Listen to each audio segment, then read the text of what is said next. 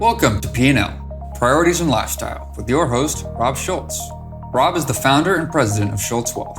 All opinions expressed by Rob and his guest are solely their own opinions and do not reflect the opinions of Schultz Wealth. This podcast is for informational purposes only and should not be relied upon for investment decisions. Please refer to our website for more information. Welcome everybody to P&L, Priorities and Lifestyle. I am your host, Rob Schultz, and today I have Jordan Jayson with me. Jordan is the CEO and chairman of U.S. Energy here in Arlington, Texas. Correct. And I'm so excited to have you today. Thanks for coming. Thanks for having me. I'm looking forward to our conversation and happy to be here. Yeah. So Jordan, I'm so excited about this because we're going to talk about several things. We've had a couple of sessions here previously where we've talked about business transition in I guess the face of uncertainty when it happens not necessarily on your terms. You have experienced that, and I'm going to want to talk about that a little bit today because this is a second generation company. And both of your parents passed in the same year. Is that correct? That's correct, in 2014. Yeah, and the business is still here. Correct. And thriving. Correct. And that's an amazing story. So we're going to definitely want to dive into that and how y'all were able to make that happen, as well as just your company itself. We work with y'all with some of our clients, and I think that's pretty much how we got in contact with each other.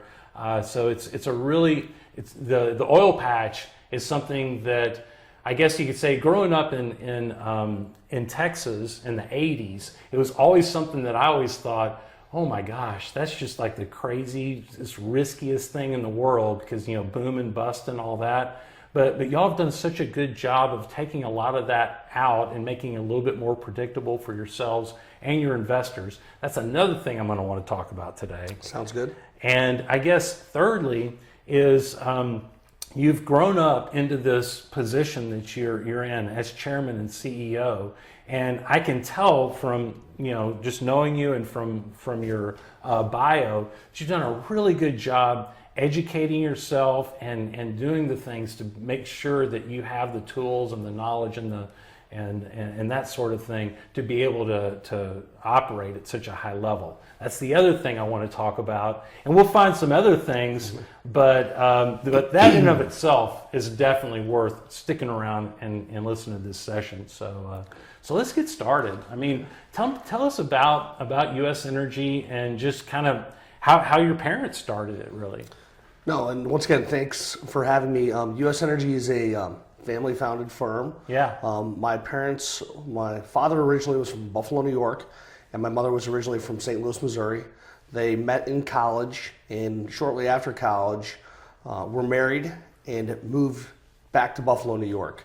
And they were both teachers at a school for the deaf, which plays an important part in who they were and who we continue to strive to be is somebody that's a group that's very focused and a family very focused on people with disabilities.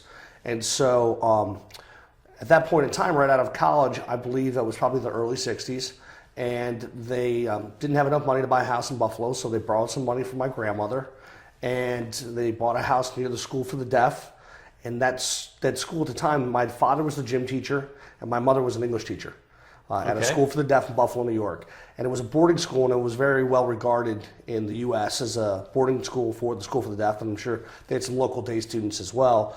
But the school was so popular that it didn't have enough rooms to board students, so my mother and father actually took a couple boarders into their house before my brothers were born, and it was a large house in the city of Buffalo, and they charged them rent.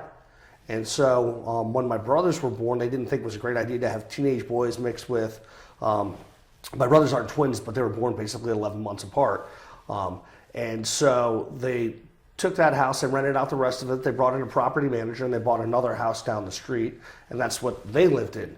And they were making money to cover the mortgage and also giving a piece of that back to my grandmother.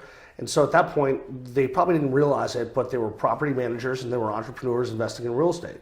Yeah, and they're doing it basically because almost out of necessity or kind of almost by mistake. Yes. But they're starting to learn what business owners learn, and that is there are ways to maybe take a certain amount of risk in investing to augment your income or make it completely work for you. Correct. And so my father then worked for a real estate broker for one summer in between while he was teaching at the school, and made more money that summer than he made teaching. So he quit his teaching job and then began within a very short time frame of buying more real estate on behalf, and these were very modest. My mother and father came from basically nothing, very modest families, but hard workers. And so started putting together more properties, single families, would refurbish them with my uncle, maybe flip them, maybe rent them out.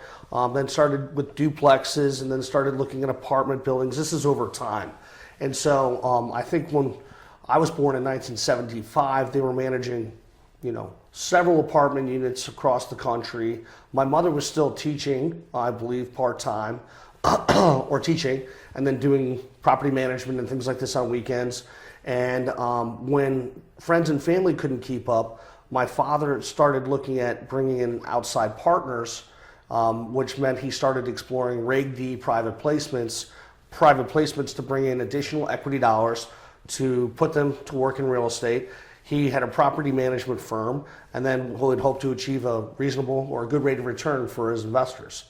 And so that rolled into doing that in oil and gas, syndicating investments and projects into oil and gas in the 1970s. Okay. And so he had some real estate investors that said, hey, there's tax benefits for investing in oil and gas. You're a great operator of real estate. Would you be interested in looking at some oil and gas projects? We'll club up, put some money to work in oil and gas. And actually in Buffalo, New York, there's a long history of oil and gas as well, where the first commercial gas well was drilled and completed in Batavia, New York, which is right outside of Buffalo. And then in Northwest Pennsylvania, the first commercial oil well in North America was drilled as well. Okay. So growing up in Buffalo, I grew up in Buffalo as well, and so did all my brothers and sisters. When you would drive around or go to New York City or go down to Pennsylvania or Pittsburgh, you would see oil and gas wells in the backdrop off the interstates and things like that. So it was very common to see it growing up, and also, my family had investments in oil and gas as well. So in 1980, I think my mother was done teaching at that point. I was 5 years old. I'm one of five. I have a 58-year-old brother, a 57-year-old brother, a 51-year-old sister. I'm 47, and then I have a 46-year-old sister. So we can come back to that as well. But so in 1980, my father got off a U.S. Airways flight. Said, I wonder if there's a U.S. oil and gas, U.S. Energy. If there's a U.S. Energy, which is a great name.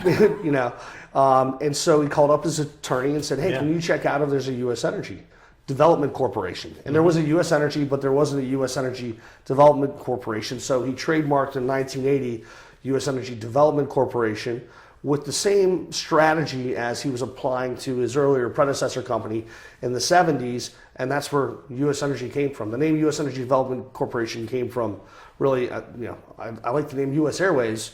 Is there a play on words for U.S. Energy, and that's where it started. But it was founded by my mother and father, who were owner-operators and who worked in the business until, as you mentioned, they both passed away in 2014 of massive strokes. My father passed away in June of 2014, and my mother passed away in October of 2014. I can't imagine. And life changed dramatically from that point onwards. A lot of the transitions that I personally believe that were good for the firm, that were in a different direction or a different mindset than my parents had, were tough to implement when they were involved in the business on a day-to-day basis. Okay, so let's talk about that, because your parents, amazing entrepreneurs. I mean, sound like incredibly active, high energy people. I mean, raise 5 kids and build a company or companies like this is just amazing. Okay, and then all of a sudden they're gone, and I guess.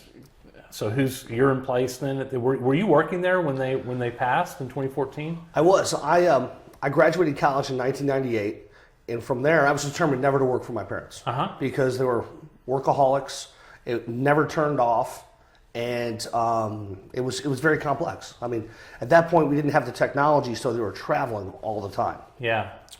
Because they were managing properties, and then they had oil and gas assets as well. And they weren't in overlapping states for the most part. So they had growing up, I thought we'd probably be more involved in real estate if I ever came back to work with the family. Okay. But at some point in the 90s, my father just got tired of managing real estate properties. And so he started divesting real estate properties in partnerships that he had and eventually closing down those partnerships. So in 2001, they started becoming much more active in energy, in oil and gas, and building up the oil and gas company. And I had graduated college in 1998. So in 1998, I graduated from Johns Hopkins University in Baltimore, Maryland, and I went and took a job for an investment bank in New York City called Arnold and Bly Schroeder, which was at that time maybe 150 or 200-year-old investment bank. Yeah. It's a very conservative investment bank, German investment bank. And I worked there from 1998 to 2003. And then I went to a hedge fund called SAC Capital at the time in 2003, which is in Greenwich, Connecticut. I worked there for 3 years, and then they bought another hedge fund in London, England, and they moved me to London in 2006, where I worked until 2009. Okay. 2009, the market's imploding, Right. and was kind of looking for the next opportunity. Yeah. So my mother called me up. I was in England, and I was looking at different jobs and positions at other places in the U.S. and abroad, and she said, "I really think you should take a look at coming back to U.S. Energy. None of your brothers and sisters are active in the business.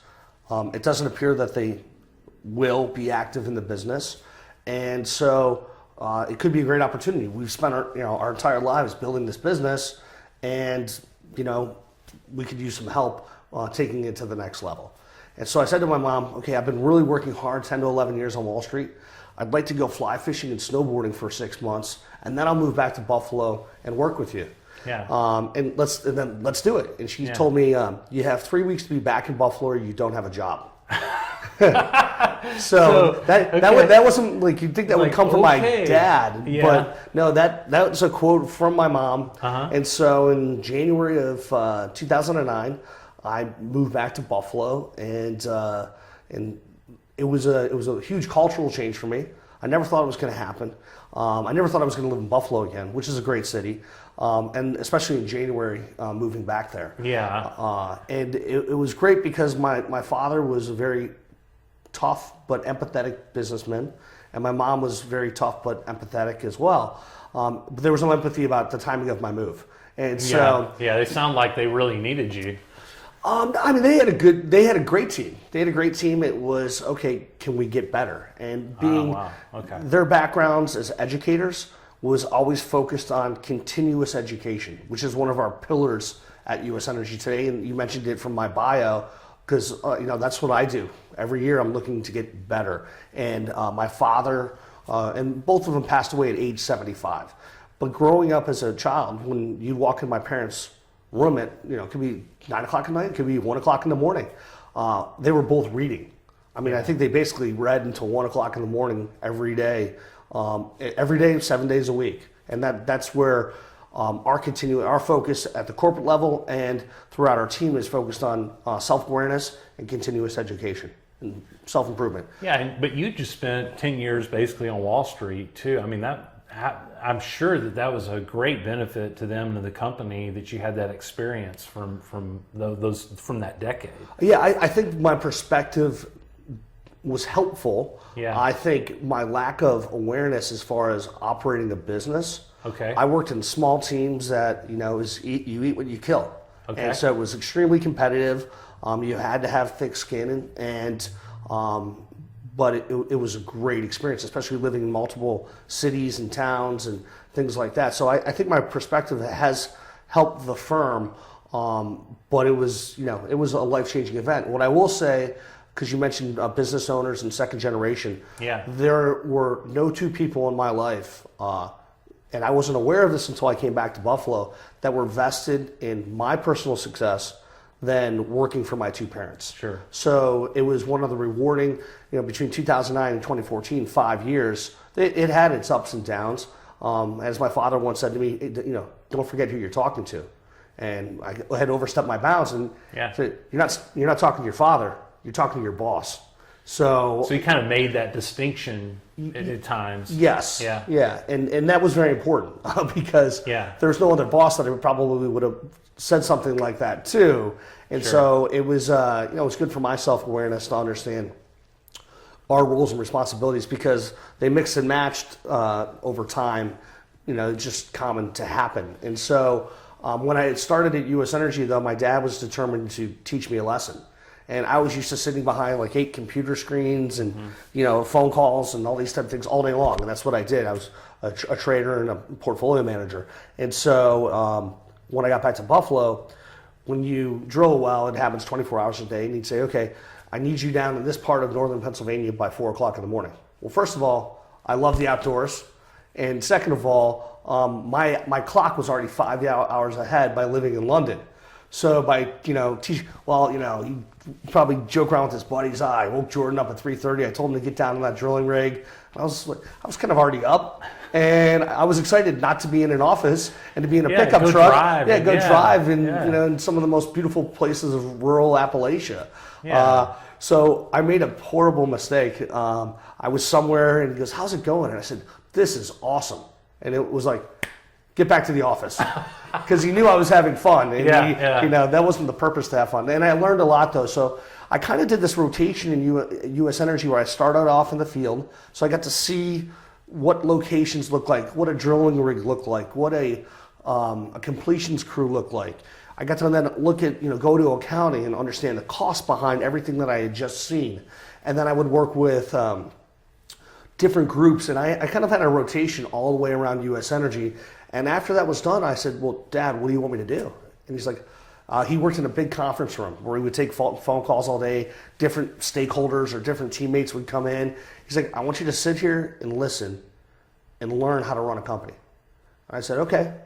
And at that point, my job title was business development, because we were constantly looking what U.S. Energy is, and this is how I view real estate companies and oil and gas companies, is we're an aggregation of projects.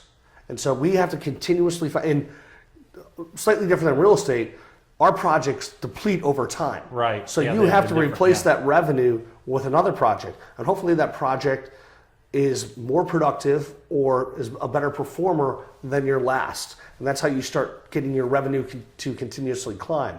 So I realized that pretty early on. I'm like, okay, we just need to find better projects. So a partner of ours, when I say partner, one of our teammates, Todd Whitmer, who's head of corporate development at U.S. Energy, he just had his 20th anniversary. We just hit the road. We started going to conferences in Oklahoma, North Dakota, Kansas, Texas, New Mexico, and we started meeting new potential partners. And then what we would do is we'd find a project to work on that with that partner, and we'd co-invest alongside of it. If they had the regional expertise, they would operate the project, and what we would be in oil and gas as a non-operator, we're kind of a silent partner. A little bit more than a silent partner, but that's how I would frame it. And so we started. So you kind of piggyback a little bit on deals, I guess. Is yes. that right? Okay. I would describe more not piggybacking, but maybe clubbing up. Okay. To share risk on a deal. Yeah. Because at that point, the company was growing too fast in 2009 to support just growing in Appalachia. Appalachia was, the regulatory environment was getting tougher. Due to weather, it's just a tougher place to work, period. Yeah. And the projects that we were working on were on the smaller side for the way that the firm was growing. So we needed to find larger projects, better projects in other places. And that was a road game where hit the pavement and just try and find partners and introductions and conferences. And we still have a very ground floor mentality. We are still looking for projects on a daily, annual basis. We'll look at 300 to 400 projects on an annual basis in oil and gas, and traditionally by 4 to 6. So let me clarify. Okay. So you brought that in. That was you and the second generation that was able to kind of expand and make some of that happen. Is that correct? I think we realized from different points of view that there were greater opportunities than the current team may have been aware of at that point in time. And so, and I just wanted to recognize that, because that's something that I see a lot in a second generation is, there's always going to be a change, and there's going to be a shift in the way things happen, or there really should be. Otherwise, the business really can't grow going forward. And so I'm just trying to help identify, where some of those shifts came in, and just kind of find, where maybe you were bringing in a different perspective and maybe a little bit of a different way of doing things. Yeah, I think that there were some positive things that I brought in, and some things that may have added some additional complexity. Like my competitiveness in my background, from playing college sports to working on Wall Street, I had to tone it down. I wasn't, all of a sudden the folks that I was dealing with out in the field and in an accounting department in different areas, they had much different experiences, and were just, everybody's different, but they were built different than I was. And so my dad brought me in one day and said, hey, you gotta calm yourself down a little bit. I'm like, you brought me in here because I'm a competitor, and we want to be more competitive, because the only way to continue to grow and evolve is, in my mind at that time, which has changed from a leadership journey, was in my view of competitive is, well, I'm excitable. Well, there's ways of being competitive without instilling that in a company without being excitable. And so I've had to find different ways through my leadership journey to instill and remind people how competitive this firm is and needs to continue to be, without jumping up and down and being excitable. So that's been an evolution for me. So I see that. Yeah. So those are those leadership and management skills that you don't necessarily get until you're actually in the seat in a closely held company like that. That's right. And I think by working with my parents, some of my excitability, I had a good steward to tell me, hey, calm down. Yeah. And that may not happen if it was not a family business or a different side. Maybe it does happen, but maybe, it comes across where, you don't have a job if you continue to be this excitable, or whatever that may be. Sure. So going back to, so my role from 2009 to 2014 was called VP of Business Development. I was out there looking for deals, looking for projects, but still working on leadership and corporate management with my father and mother. And then in January of 2014, which was a pivotal moment, he promoted me to CEO. Oh, and okay. At that point, so I was promoted to CEO prior to him passing. He was, I would say, mentally he was in good health. Physically, he was a type 2 diabetic, and so was my mother. They didn't work out. My father played college sports. You would have thought, and he was a great athlete. My mother did not play sports in college, and they didn't really take care of themselves. And so over time, they had heart disease. They became type 2 diabetics, and so those are all contributing. But mentally, if you spoke to either of them on the phone in January of 2014, they were extremely sharp and still very, very involved in the business. And it was challenging, because over time, the 5 years that I worked with them, there are things that I would say my partner in the business, which is my family is my partners in the business, but the person that I work most closely with is my brother-in-law, Matthew, who's married to my youngest sister, and he's excellent. And there's things that we wanted to do, and that my mother would basically say, because we'd come to, it was like running into a wall with my father, and my mother would say, hey, relax, learn, listen and learn. There's reasons why he's been in business and we've been in business for 40 plus years. And once we're gone, you guys can do whatever you want. And so it allowed us to take a step back and think, why is he pushing back against us? Is it he's just not comfortable going in that direction? Is it previous experiences that he had? There were valuable lessons that due to the fact that we had to sit back, and there were times where we sat back and like, man, we're glad he didn't say yes to that path that we were going to take. And then, and obviously when they passed, you just go, okay, where am I going to get that knowledge from before I make a tough decision or the firm makes a strategic decision? And so prior to that, I was building stakeholder contacts that in different parts of the business. And I'm a big fan of networking and then asking second opinions. So if you're our COO and you say, I think we should do this, I go, that's very interesting. Let's jump on a call, because I have another friend who's a CEO of a larger oil and gas company, and he may have experiences on this type of decision that we're making. So we're big, and I've worked with people that have taken from our team that as an insult, and that's something that can't exist in our firm, because I learned that from my mother and father. God forbid we make that additional phone call and it leads to a better outcome for our investors, the firm, the team. And so once again, we've worked with people, we've had people within the firm that have resisted that type of collaboration, and they're just not with the firm any longer, because you can't work at US Energy unless you're willing to test all the different parts of your network to help bring that information back and create a better firm or a better decision or better results for our limited partners.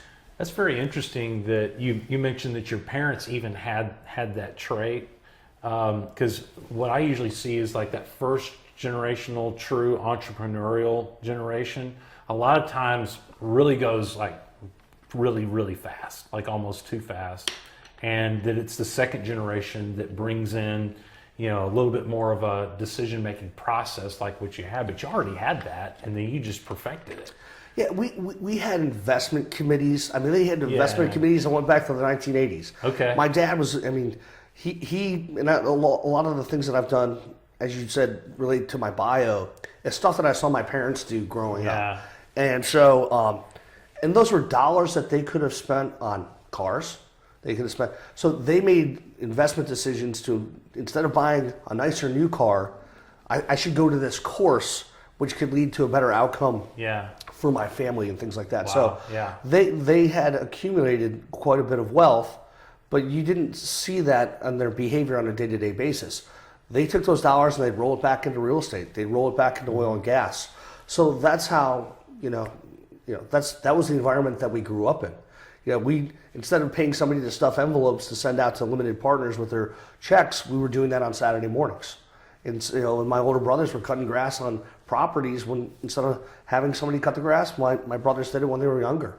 So it was a great environment to grow up in, to learn from leadership, but also learn that it never turned off. And now being in my role as the chairman and the CEO, it doesn't turn off. Very rarely, And so I used to look at my parents and say, is it ever going to turn off for them? And the answer was no. As long as they owned and controlled the business, they wanted to be involved. Now, I did see them attempt to relinquish control at times, but it was very difficult for them to do so. But like you said, and it sounds like basically a year before they passed, they did relinquish some control. They made you CEO. So that's an interesting dynamic, because there was a president of the firm before I became. So my father was CEO, and there was a president below him. The president was a geoscientist. He was a geologist and a geophysicist. And so he was kind of the technical face of the business. And my father, who my father was not. He was finance, management, and those type of things. And so the president and my father kind of worked side by side for 30 years. And that was challenging for the president, because I think the president thought that he probably deserved that role to be moved up to CEO if that occurred. I wasn't part of the decision. I never pitched my father on the decision. My father called me in and said, this is the decision that I'm going to make. And I said, well, how are you going to talk to that about the president? Because we know the president's not going to be excited about that. Yeah, that's a tough situation. But I think, what he said was, it's my decision. It's our family's company. I think this is what's in the best interest of the company moving forward. And so if the president, isn't happy with it, then we'll have to deal with that. And so what that did do, though, is making a clear, distinctive decision led to less complexity down the road when something eventually happened. So it was a tough decision. I don't think my father, he didn't do a decision tree on, well, if I make Jordan CEO, then this is going to happen, this is going to happen. He's like, no, I think this is in the best interest of the company. I'm going to do it. But I would see, reflecting upon that, if he did not make a clear, decisive decision and support it between the time that he made it and the time that he died, the complexity in our privately held business would have been 10 times greater, because it would have led to the siblings saying, is this the right thing? Should we go outside the firm? And none of that occurred because he made that decision prior to passing. Well, so that was huge, but I have to assume that with both of your parents passing in the same year, that was a tumultuous, personally, obviously, but even in the business. I mean, that's something that even when you plan for it absolutely the highest level, it still has got to just be really hard to get through from a business standpoint. It was, and they were the matriarch and patriarch of the business. I was definitely not.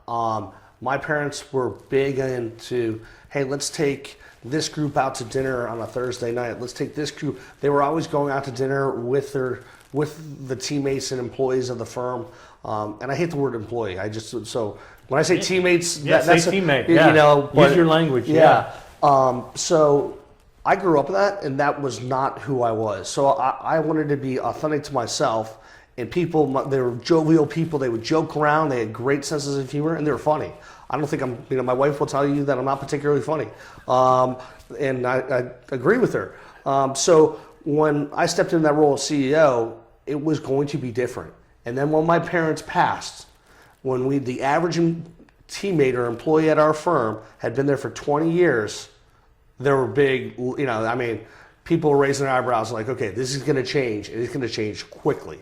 And I'll remember what my mother said. It's like, when you buy a new house, it doesn't mean a brand new house. If you buy any house, live in it for a year before you start touching the walls.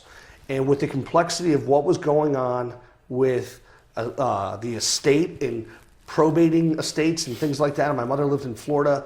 When she moved to Florida after my father died to live the remainder of her life there. So we had my father's estate in New York, my mother's estate in Florida, and all of this complexity. And so I decided that even though I had the title, and the board of directors at that time was more friends and family than it was what it looks like today, which is the majority of the board members are independent, and they are extremely well regarded in finance, legal, and oil and gas as well. So, and we can talk about that at a different time, because I think that's important for business owners that think if they're going to establish a board that's going to help with succession planning, be cautious of who you put on and how their needs may change as a board member because you have a friendship with them or something like that. Great point.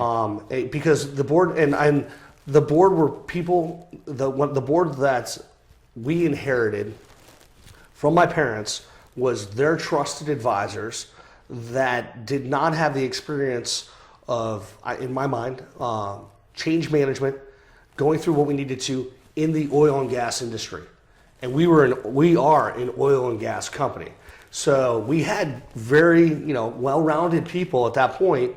But as some folks may know, in 2015, 6 months after my mother passed, the market crashed. Yeah. And so all of a sudden, we needed a board that had experience navigating those type of things, a market correction like we saw in oil and gas in 2015, that had industry experience. And that was not our board in 2014. Man, Jordan. Yeah. So, I'm amazed that you got through all that. Having both your parents pass the same year, having to immediately go through a major downturn, and hey, you'd only been CEO for a little bit over a year, it sounds like. How was that just even personally? How hard was that to get through? No, personally, it was very difficult because, the estate stuff wasn't going particularly great. The change management and me at CEO and having the president below me and working together as a team was going okay. Okay. Prices crashed. We had, probably $75 million worth of liabilities on our balance sheet. And then we get a knock from the bank, and the bank says, you need to pay us down $1 million a month until you get it down to 25.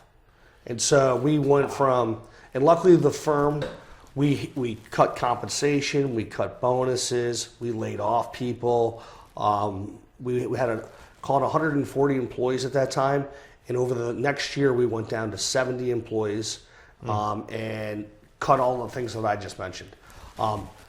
That was, in my mind, if I reflect upon it, we could have done it possibly faster and cut those costs out a little bit sooner. Yeah. I mean, that's nearly always. It's just so hard to do. Especially with laying off. I mean, that was the worst year of my life, primarily because we had to go from 140 to 70, and laying off that many people was horrendous, and it wasn't an enjoyable experience. But as a leader, I had never gone through anything like that. So it definitely helped contribute to where I'm at today. But he's still just a little bit of gray hair, not all gray hair from all that. So that's good. But going to take a step back with that change management, it was when my parents passed, you could see the air in the room changed, because most people knew enough about me that were working in the business, knew where my personal aspirations and the aspirations of a few others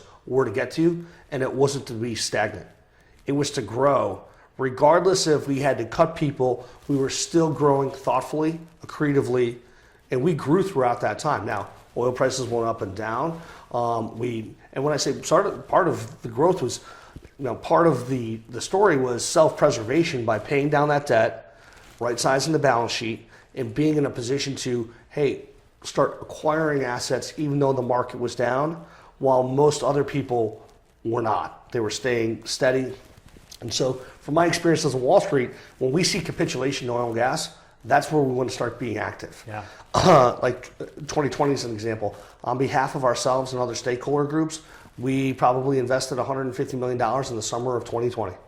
And oil, I think went negative for a couple days there, or went negative for a day. So that was where most of my Wall Street experiences come in, is looking at assets, looking at the market, what's going on in the market. But the change management part of my leadership journey, and I use the journey word all the time because it just continues. Every day's a new day, and just adding to it. Absolutely. And so out of the 140 people, and probably about 120 directly involved in oil and gas activities at U.S. Energy in 2014, there's 2 today. And that was, and all of those people prior to the 2 of us, or me coming to U.S. Energy, there's been hundreds, if not thousands of people in some capacity that's helped U.S. Energy stay relevant, solvent, prior to me ever joining U.S. Energy in 2009. So I try to use my words cautiously, which is, we're very grateful for what everybody else has done prior to us. And so there's been a lot of people that are probably no longer with us that have passed. And they are part of our story. But in 2014, that story needed to change. And we needed a different set of teammates with different sets to get us to where we are today. And that wasn't pleasant, but that's why we're here today. It's because we made some tough decisions. And when you say here, I mean, what year was it that you moved the business from New York to Texas? So we began to move the business in 2015. Yeah, right there. Right there. Once my parents had passed, it was immediately, we need to get closer to where the deal flow is, which is in Texas and New Mexico and Oklahoma. So we need to get closer there. We need more technical people. Hiring a geologist in Buffalo that has 20 years of experience that worked at a major oil and gas company, and getting them up to Buffalo was next to impossible. So we needed more experience, more people with more experience, and the only place to do that was going to be in the state of Texas. Sure. Now, we could have gone to Oklahoma. Denver has a big oil and gas community and things like that, but we had spent time, we had owned assets around the DFW area. And we just knew we wanted to be in the DFW area. So that happened immediately. We recognized that we needed to get closer to the assets. We needed to increase the experience on our team, and Texas was the place. So it's been a great decision. I'm not sure if the company would exist if we stayed up in upstate New York. Wow. I don't think it would, to be honest, because the talent that we've brought and the deal flow that we've attracted by being in this area and being in Texas has changed the business, hands down. I want to make a distinction on something real quick. wonderful advice that you said about, when you make a decision, do it collaboratively, and talk to other people. But it sounds like to me that you're good at two things. You've learned how to do that, ask and get information and make sure that you have all the information to make a good decision. But then you make a decision. I mean, because moving down here that quick in 2015, you made some very decisive decisions that were crucial to your business surviving. I mean, you just acknowledged that.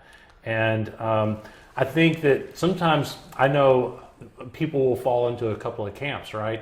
They're either very decisive but too quick and probably don't get enough information, or they're too slow and they end up procrastinating that decision. But it seems like you hit like right in the sweet spot on that stuff. Yeah, I would say I'm not really a gambler. Okay. But when we did this poll, I'm not a gambler, but when we did this poll for like our tendencies, and we did it for work, when all of our employees sure. did it, and it said risk taker, and I was like, I'm not a risk taker. And I'm like, wait a second, that example right there, some would perceive that as a risk taker. I looked at it, I'm like, it was kind of a risky decision, so maybe I am a little bit of a risk taker. But before I do something like that, I've reached out to that network and I've tested the right people to say, hey, if we're going to move to Texas, where should we be?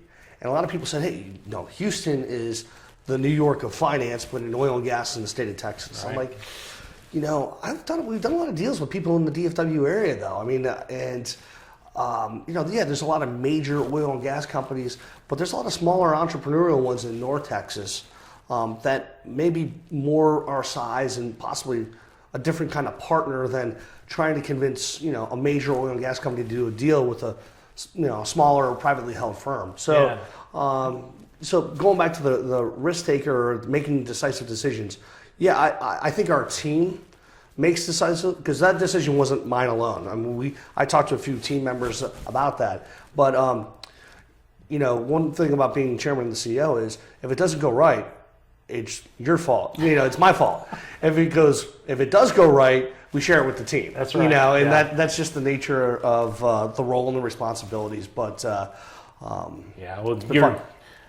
you've definitely done a good job stepping into that leadership journey. Let's talk about some of that, because looking through, you've done some really interesting thing as far as your development, that you said that you learned from your parents to be able to constantly learning and so forth. You have your MBA. When did you get your MBA from TCU? I believe it was 2017. So when we moved down here, it was a bear market.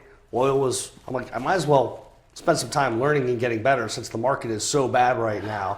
And so I did my executive MBA at TCU, which was a wonderful experience and very focused on leadership and self-awareness. Yeah. And so those are the two biggest areas that were most meaningful for me from my TCU experience, was the leadership skills at TCU and also learning on what you shouldn't be doing in the business or just in life in general.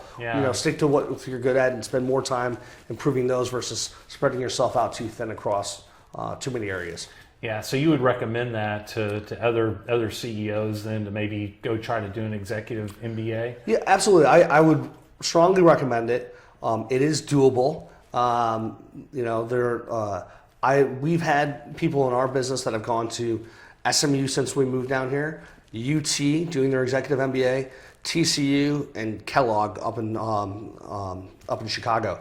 So we've kind of sent people other places so that they can come back to us with different experiences. Not everybody that they have to go to TCU. No, they want to go to SMU. Let's see what they come back with. And we invest a considerable amount. Being a smaller company, not publicly traded, what are our currencies to retain our team?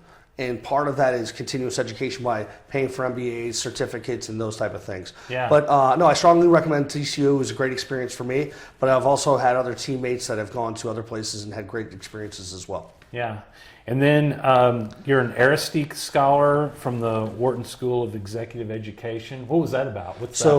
Started that journey, I think right around 2014 when my father passed. Okay. So that was basically it was a program at University of Pennsylvania Wharton School of Business, and you got to pick a handful of classes that you thought were in the best interest of your journey, and they created a program around that for you. Oh, and that's cool. Yeah, and so one of the classes was change management. Okay, well, in the thick of it, and so that came in handy. Another one was financial statements for business leaders. Yeah. So kind of a higher up, more macro look at here's your financials. What are the levers that are important to your CFO, to you for growth and things like that? So that's huge. That was it was kind of cool to be able to look at our business after being there for 5 years, seeing about what we were about to, the journey that and how that was going to evolve very shortly, and then picking the right classes and wrapping them up in a ball together. So it was great. How long did that take to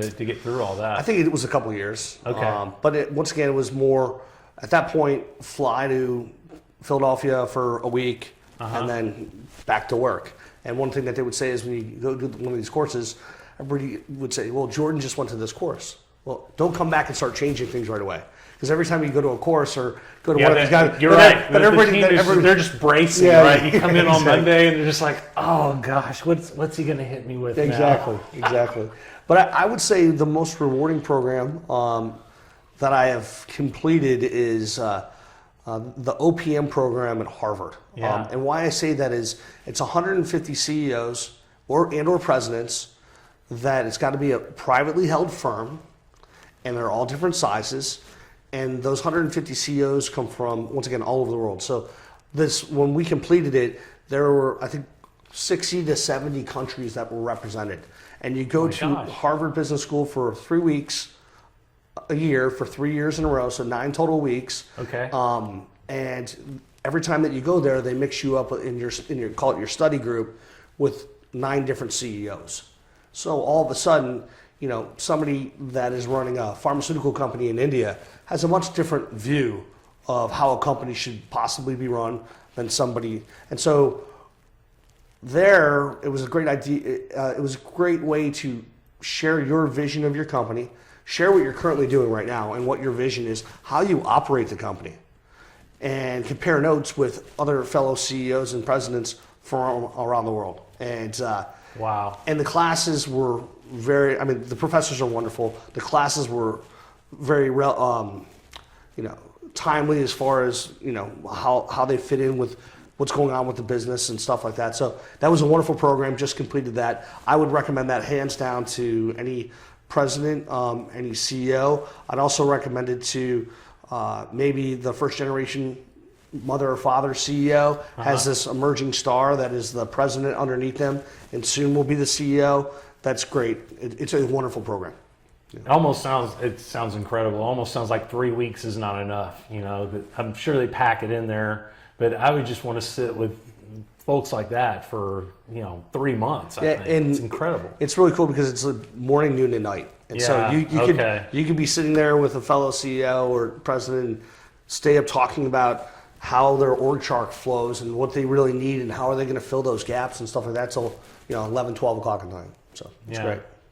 So obviously you have this culture you've created that you got from your parents of education, and you're helping other people in your business to do the same thing. What does your transition look like from here? How do you see your company evolving, and let's say the leadership shifting over the next, you're a young guy, but over the next 20, 30, 40 even years? I think just to take one step back. Go back, sure. So I push our team and myself, and have for years. Every year we're trying to get better as a leader. We're trying to improve our technical skills. So if I'm finance, it may be more finance. If you're a geologist, it may be a technical class in geology. And lastly, general acumen. So when we have general acumen could be a conference on change management or something like that. Okay, I got It's not just tied to soft skills. Soft skills, yeah. And so when I meet with our executive management team and I do their reviews on a quarterly basis, we have a quarterly sit down. I'm asking them, hey, for 2023, in our next meeting in December, I need to know what are the 3 things that you're going to do from a leadership standpoint, a technical standpoint, and a general acumen standpoint. Nice. And I say this when I interview people, is that we want people to leave U.S. Energy either a better leader, hopefully all 3, a better leader, better technically, and God forbid they're a better father, mother, sister, brother, or whatever that may be. Yeah. What is their experience going to be like? And we're very thoughtful from an HR standpoint of creating an experience. So from the first time you interview with U.S. Energy to the day that you decide that this is no longer where you want to be, you had a great journey here. Yeah. And so, and I look at myself, and each year I say, okay, what am I doing technically? What am I doing leadership-wise, and so on and so on. So I just wanted to take a step back. That's great. Yeah, I'm glad you shared that. From a culture standpoint, from a continuous education standpoint, it's one of our pillars. It's something that I do. It's something that I push out amongst the firm. And when there's a resistance to it, it's almost a red flag for me. I try and get that through on the interview process. Like, is this person going to embrace additional leadership classes and things like that? Because what we're very focused on is when we bring people in, that they're self-aware. Everybody, in my mind at least, has room for improvement. And it may Absolutely. not, it could be in all three of those, but I believe that I can improve in all three of those on an annual basis. And I at least want our team to be aware that we offer that, and we expect that they make an attempt to improve in those three areas on an annual basis. So you almost answered my question, because if you're doing that, if you have that good of a program of learning, then that leadership is developing just pretty much through that process. I would assume you have people that, whether you have them identified or not, that are going to be able to take those reins. Without a doubt. I'm not sure if in 10, 20, or 30 years if that's going to be internal or it's going to be external. Sure. Because those players will change out over time, right? Right. And we may come across a rising star that's not in our business that is comfortable right now, but may be a great fit for U.S. Energy in 10 to 15 years from now. So, what about generational? What about G3, just with the family ownership? So G3, that's interesting. I'm not sure. You don't have to be. Yeah. We're always open to that. None of my brothers and sisters, my brother-in-law works in the business in a different capacity.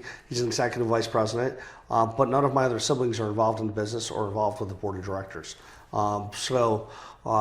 If what we are not is, and I'm not afraid to say this, we're not a friends and family firm. If you have the right technical skills to take us to the right level, that's great. Gotcha. We're not gonna create positions for friends or family that don't match with the technical skills that are needed to get to the higher level. I would say that wasn't the case 20 years ago. It wasn't the case 10 years ago, but it's the case today. Yeah. And that's, I think, led to our success, and it creates, it takes the air out of any complexity or any drama, which is you either have the skill sets to do it or you do not. If you are a family member and you have them, that's great.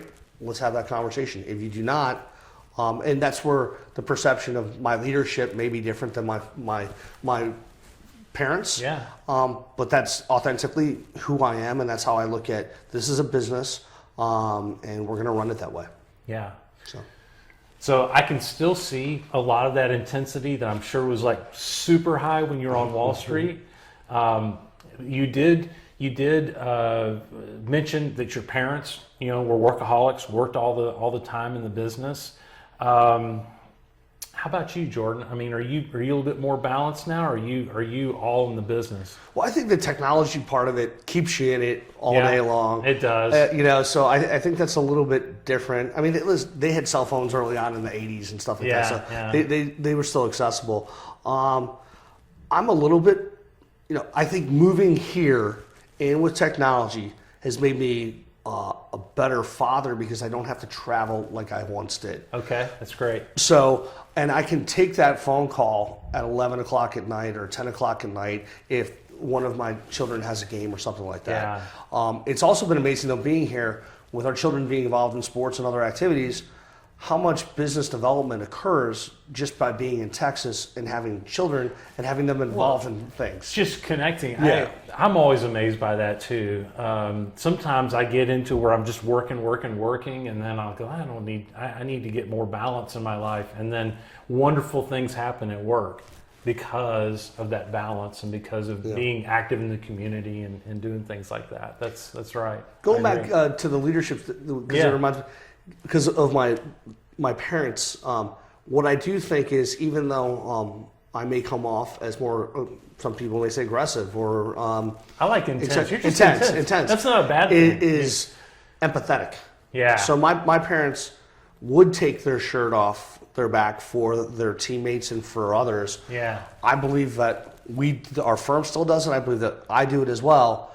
I don't do it as publicly as they did it, and that's just who I am. So sometimes the firm or myself are considered to be, that intense, but we're doing stuff from an empathetic standpoint for somebody that just lost their parent, lost their grandparent, and things like that. But we just do it a little bit quieter than the way that my parents used to do things. For sure. Yeah. And so, but I will say that empathy, and we spend a lot of time in our town halls and in interviews talking about being an empathetic leader and what that means to us and what we expect, because we expect people when they join our firm, they're going to interact with lots of different stakeholders, and they're going to interact also with potential investor groups and things like that and regulators, but they also are going to interact with our team on a daily basis. Yeah. And if they can't be empathetic with our team, how can we count on them or trust them to be empathetic with others? So respect and empathy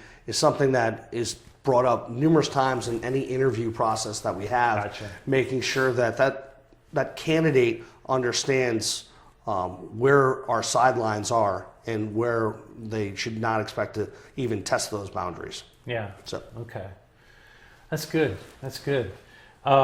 So getting back to, I want to just make sure from a balance standpoint, because this is something we were thinking about. I was in my executive group earlier this week, and we were talking about balance. Balancing your work with your business and all that kind of stuff. And I even said out loud, I was like, well, I don't really believe in balance. I believe in passion. That we should be passionate about the things that are important to us. And sometimes that means we have to spend more time on it than we can on the other parts. I'm interested to know kind of what your thoughts are, because I have 4 kids. You have 4 kids now. You're almost like coming up behind me, because mine are 10 years apart. I think yours are 9 years apart. Is that right? Yes. Yeah. So how are you doing that? How are you balancing all of your work with your personal and all the soccer and all that stuff? Yeah. My wife, and I haven't brought her up since we started this conversation, but throughout this journey, my wife has been a pillar for me. So she's been extremely supportive. She definitely has not always agreed with the direction or some of my views, but she's been wonderful, and she's a great mother, and she's a great wife, and she's been very supportive. So the only way that I have any balance whatsoever is because of my wife. I will say that I agree with what you just said. I'm not a big believer in balance. I'm a big believer of, hey, if the market's right and there's an opportunity, and that opportunity window looks like it could always be short, or it could always extend longer than we had anticipated. No, we have to drop what we're doing. Our loved ones and other people that are counting on us to provide for them, whether it's financially or hopefully can understand that. And we have to push while we can push. Yeah. So 2020 is a great example for us. There are a lot of private equity firms were on the sidelines and not buying assets and things like that. So if people had to transact in oil and gas in 2020, we wanted to make ourselves available if they had to get something done. And that led to us building a reputation in the industry where we're a good buyer, we're fair, and then that helped us acquire more assets and develop our reputation as a growing, emerging oil and gas company that wasn't a household name, but is more of a common name now in 2021 and in 2022. Yeah. So we weren't pushing it, and we were kind of just sitting back and going for a ride in 2020. We wouldn't be where we're at today, reputationally, asset-wise, or even team-wise, as far as how our teams develop. So I agree with you. I mean, yes, I'd like to say that I'm balanced in general, but no, when we see an opportunity, we put things down and we're ready to go, and we'll stay there. When we moved down here, people would say, well, and they would interview with us and say, do you have, what's the strategy on Fridays? Do we have Fridays off? We say, no, we're from Buffalo. We have half-day Saturdays. So, right. Yeah, I love that. I mean, we should all expect from ourselves as well as everybody around us that we're gonna have a passion for what we're doing and we're gonna make it happen. And then when there's different seasons too, right? When things slow down a little bit, you get to go have fun and maybe take the guys out and play golf or go shoot ducks or whatever, right? And that's been, for my leadership journey, that has been an evolution for me. Okay. Then, because I definitely didn't think that way when I came back to U.S. Energy, and when I began my career at U.S. Energy in 2009, and that's evolved. And that's evolved out of necessity in some circumstances, where I've had other peers that had said, hey, when we walk into U.S. Energy, there's a different competitive nature than you feel at other oil and gas companies. And I'm like, I love that. Yeah. That makes me happy. That puts a smile on my face. I want us to have that competitive spirit that when people come in and they're like, but don't forget, a pat on the back to you may not mean much, but a pat on the back to that person over there may mean something. So my leadership journey has also led me to be a little bit, not that I was never not grateful, but a little bit more verbal about it, or a little bit more sensitive about it. And so I think that we do more things as a company now. Now, we're not a global company. So what we do is kind of in our fairway for what we can afford and what's reasonable to us. And then sometimes when oil goes from 100 down to $25 in 6 months or something like that, we have to pull in the reins on that. Yeah, sure. But when things are good, then we'll be a little bit more generous. And so, and the culture difference between coming from the Northeast to here was definitely an adjustment for me. Like on the half day, I kind of joke about the half day Saturdays, but not really. And so we are a little bit more. We've changed as times have changed, and the culture differences between the Northeast and the Southwest. I mean, that doesn't mean that we don't believe that everybody's as competitive and hardworking as we are because we came out on half-day Saturdays up in Buffalo. But no, there's just different ways to show that. So moving here has been a cultural change for me, but it's also been another step forward in my leadership journey. And I've taken some things that we didn't have implemented up in the Northeast that make our culture better today than it ever has been. And I will elaborate on that. I believe that our culture is as close to what I envisioned 14 years ago, or 13, going on 14 years ago, when I started at U.S. Energy. Where there is a competitive nature, but there's empathy and there's respect, and the friends and family culture, while there's still elements of it, people can't rely upon that and think that, well, if I'm friends with Jordan, I have a job for another year. Well, that's not the case. And as you can see, the team evolve. We have a fabulous team. They've done a great job.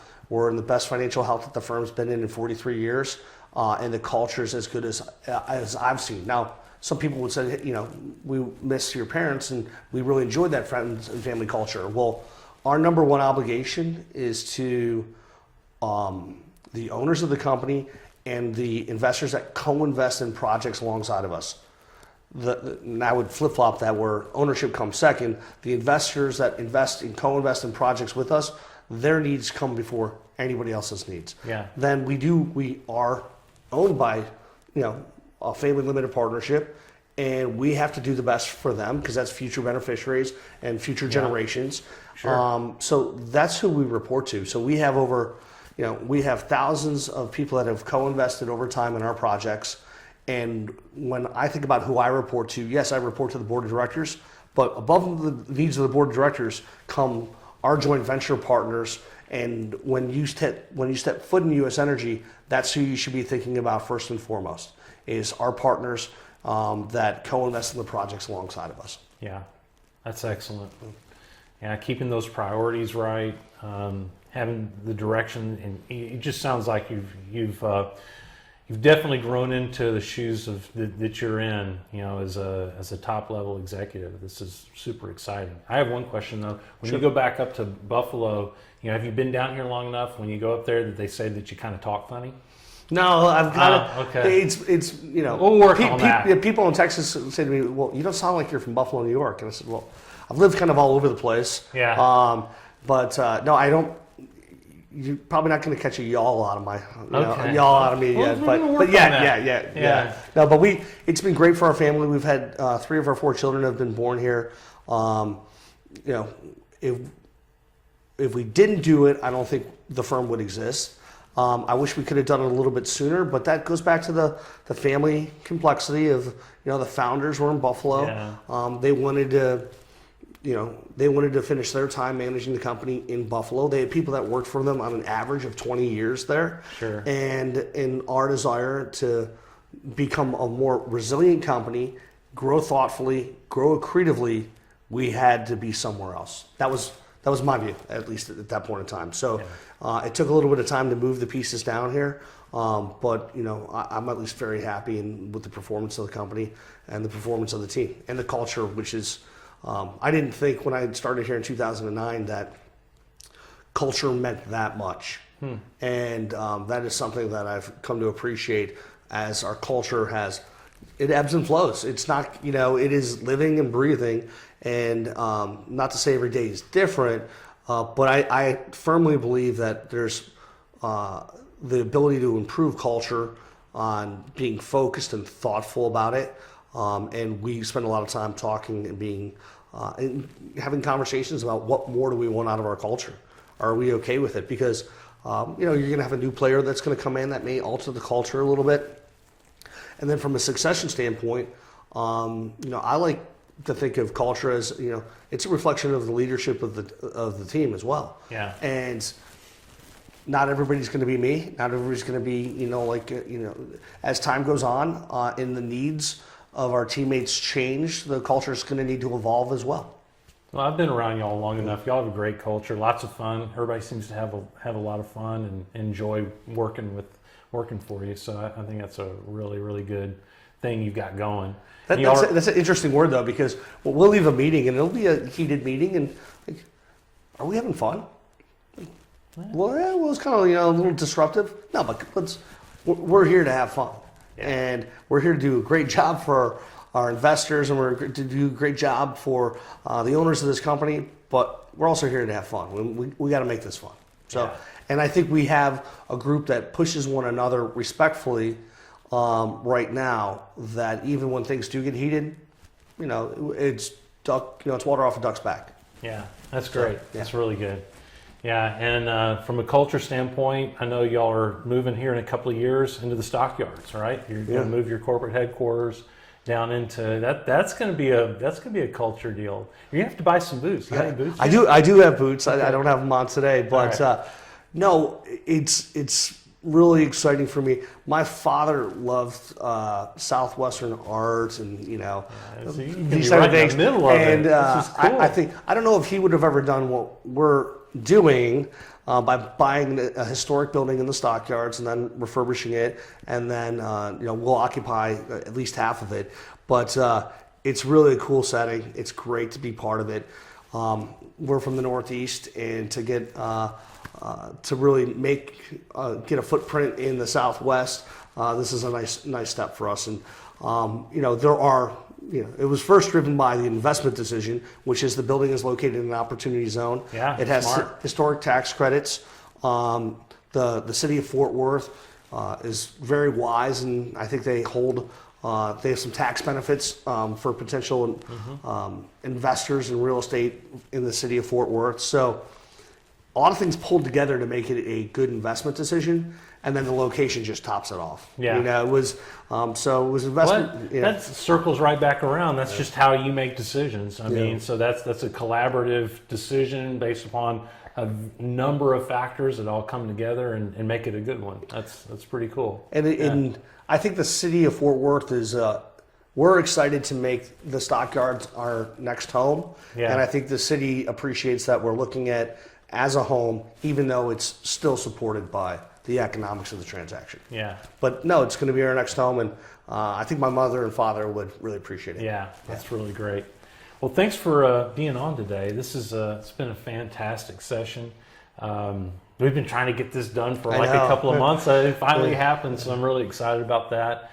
If anybody has any questions for you or wants to get in contact with you, Jordan, is there a good way? Sure, yeah. If anybody would like to contact me, my email address is jm, as in Matthew, JAYSON at usedc.com. So that's Jayson, JAYSON at usedc.com. And anybody's welcome to reach out to me for any questions about if it's leadership, family dynamics. I mean, I've seen a lot over the last 9 or 10 years, but it's been an exciting journey, and it's been and it's led to some great outcomes. Yeah. But with the team has been outstanding and pulling together, and we've seen recessions, we've seen dips in commodity crashes in commodity prices, and with the right team that can react quickly, it makes those short-term blips in the history of the firm much easier to navigate with the right team. And we have the right team, and moving to Texas was a key component of continuing to build upon that. That's great. Yeah. Well, it's good to have you. And everybody, I just want to remind you that we put this out every other week. It's all about this kind of thing where we're talking about closely held businesses, their owners, the leadership issues, as well as transition. All these things are things that we're all grappling with and just trying to help each other. And we really appreciate you tuning in. Have a great week. Take care. Thank you.